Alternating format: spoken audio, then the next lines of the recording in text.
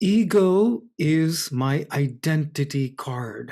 I don't want to be without my identity. We don't even leave the house without an identity. And what is my identity? What is my ego, by the way? My name, my age, my race, or ethnicity, my address, who my parents are, where I was born, my job affiliation, country of origin in terms of birth, and country of citizenship, my preferred language or my mother tongue, etc. That's my ego. And why would you want to be ego free? The moment you become ego free means I don't have an ID. What can you do? Can you start a business without an ID? You can't get a job. Wherever you go, they're going to ask for your ID. If you travel, they're going to ask you for an ID. They want to know, who are you? My ID identifies me as who I am. And why would I want to be without an identity in this world? Why would I not want to have my own preference, my own thoughts, whatever you want to be? Be that. But don't become your ego. Don't become your ID. I have an ID. I should have an ID. I need an ID, but I am not my ID. Let me not be driven by my ID. Let me be driven by my higher consciousness. Have your preference. Be proud of your ego. Be proud of your ID. Be proud of the country, the culture, the race, the religion you come from. Be proud of your food, the method of medicine. Be proud of your music, your dance.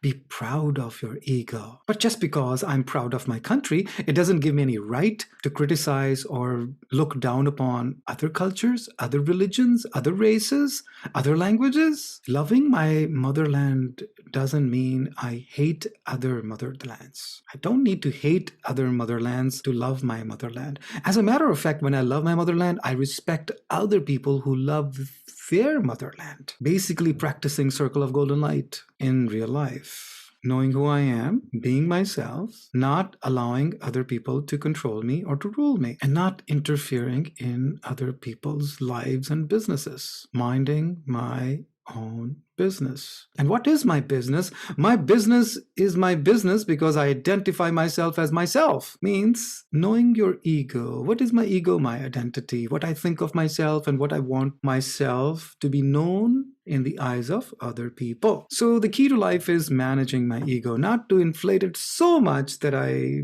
criticize other people, judge other people in ways that you guys are all dumb. Or deflate your ego by like, oh yeah, I am terrible, I am dumb, right? The key is like, I am who I am. I love me. So when I say I love me just the way I am, that's the 0 point of ego. I love me just the way I am. Doesn't mean I will not improve. Of course not. If anything, it's good to have slightly positive ego.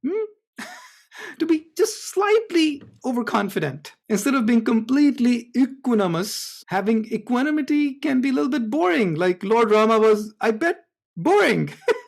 He was not excited when he was crowned as a king, and he didn't care when he was going to the forest. That's honestly, if I had a friend like that, that'll be very boring. So maybe it's cool to be a little bit excited. Hey, I'm going to be crowned as a king. Yay, come on in. Make sure you record it, right? I'm not criticizing Lord Rama. Lord Rama he was an ideal human being. Yeah? I can be inspired by it. It's okay to go a little bit inflation, a little bit deflation from the zero. We're human beings. It's okay to be human being.